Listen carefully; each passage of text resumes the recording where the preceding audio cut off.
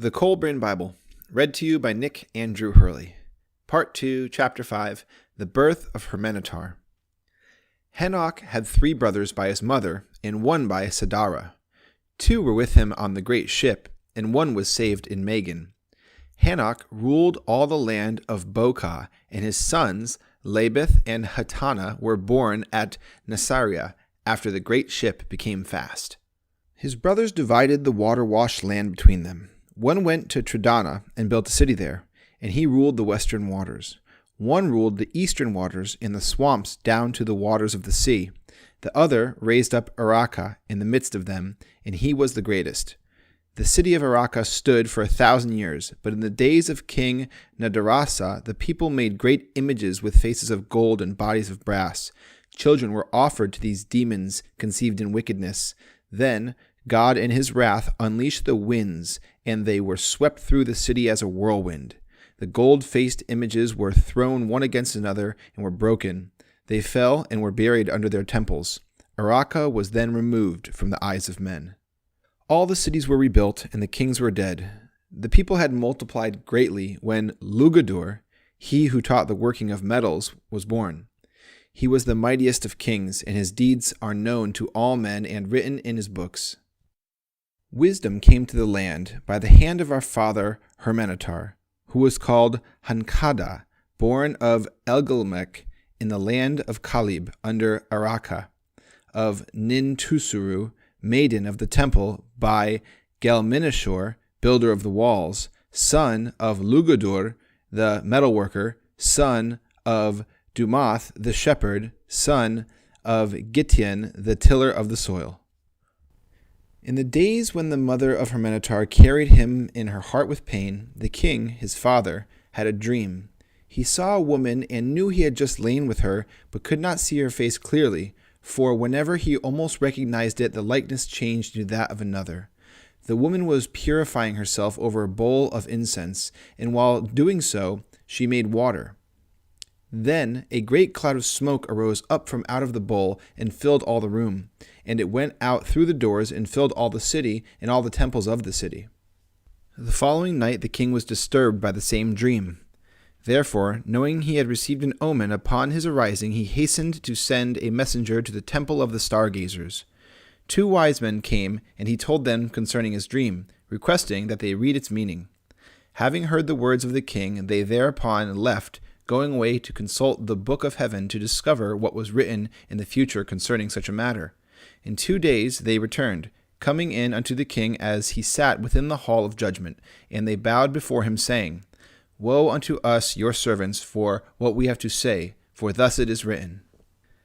1 is to be born of a woman whom you have ravished, and he will be a slayer of kings, a destroyer of temples, and a contender with the gods. He is one born to be great among men, and his hand will be against you. Hearing this, the king bethought himself of the women he had taken by force, but they were many and scattered. So he sent again for the wise men, requesting their aid, and the wise men received his words. Now the wise men knew these things were written of a son to be born to Nintusru, but they were perplexed, not knowing what to do, for she was a maiden of the temple of the 7 enlightened ones, which had been built in the days of Sesuda. If the blood of one thus born were shed, or its breath stopped within the boundaries of the land, the comb would perish within the furrow, and the blossoms would fall from the trees, so that they yielded no fruit.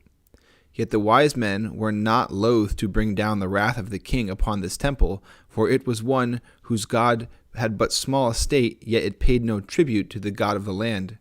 Nor did they desire to deceive the king in this matter, for if by perchance the deceit were uncovered, they lost their protection. The wise men therefore went before the king and spoke thus, O king, light of our lives, we your servants have discovered this child, though it is yet unborn.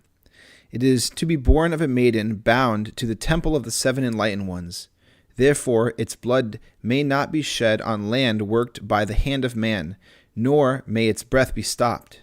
So now we say unto you, send those who are your most trusted servants, and let them take this maiden and carry her away to a place afar off, if it be beyond the boundaries of this land. The child, when born, can be slain there, and no evil will befall the lands of our God. Hearing these words, the king remembered the maiden he had taken for his pleasure, for while hunting he had come upon her as she bathed. Neither the temple nor its god were known to him, and he had no fear of its priests. The king called his chamberlain to his side, a man most trusted, and charged him, saying, "Go, take this Netusaru, the temple maiden, and carry her into the land of Kithis, entering by stealth. She is with child, and when it is born, slay it, letting its blood fall upon the soil in the land of Kithis." The chamberlain prepared and departed, taking with him men of blood and their captain. They traveled, so they came upon the temple at first light in the morning. Ninturasu was taken, and they left ornaments of gold and silver. Now, Ninturasu was not delivered of the child when they came to the boundary of the land, so they camped there, and in the days that followed, men went out to spy. The captain was a man skilled in war and courageous, a man of many battles, and Ninturasu spoke often with him, but between her and the chamberlain few words were spoken. It happened that when Niturasu's time was upon her and the child was to be delivered, it was that of a full moon. Therefore the child could not be slain. So they bided until the dark of the moon. Then, when the order of things was right, the chamberlain called the captain and said, "This is a task for a man of blood, and I am not such a one. Therefore you take the child and slay it over the border. 7 men will go with you, that all these may bear witness to the deed and swear to it." Now the men of blood were grim men of battles, strangers to soft beds and gentle ways of women, but some among them were the companions of Niturasu during the first days of her motherhood.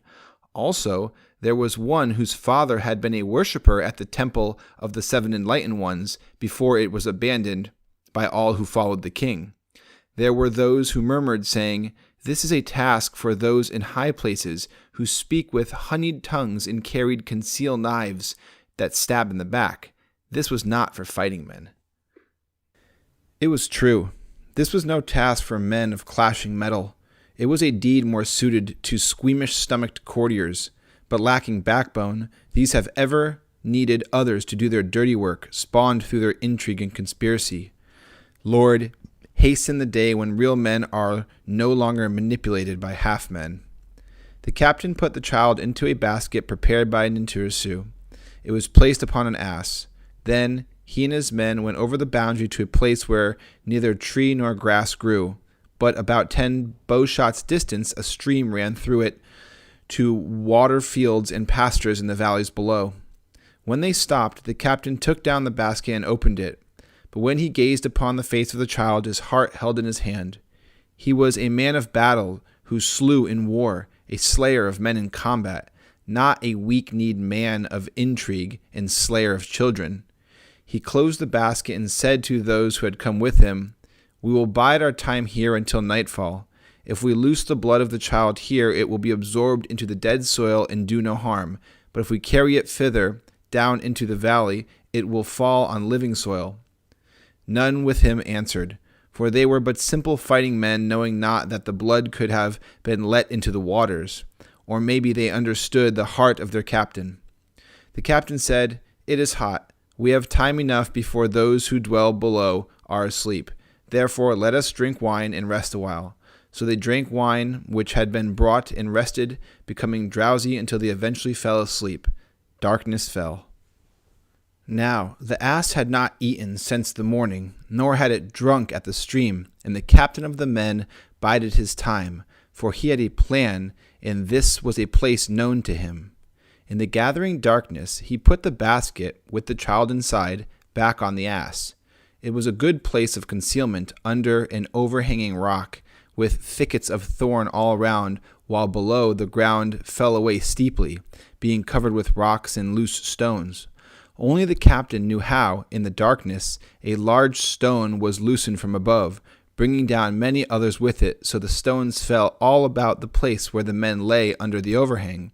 They were heavy with wine. They shouted and stumbled and fell. One was struck by a dart, another by a spear. There was a clash in the darkness, though no one was killed. The ass, loosed from its halter, fled, and none could stop it.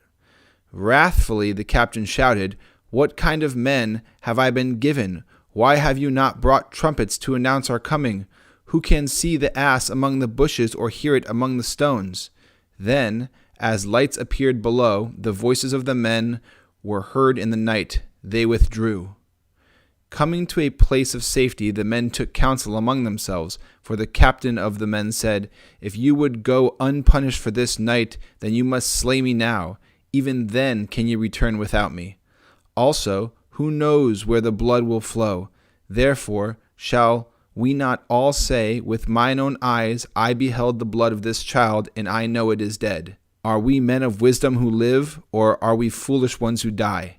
Thus, borne on the back of an ass, Hurmanetar came into the land of Kithis. End of chapter 5.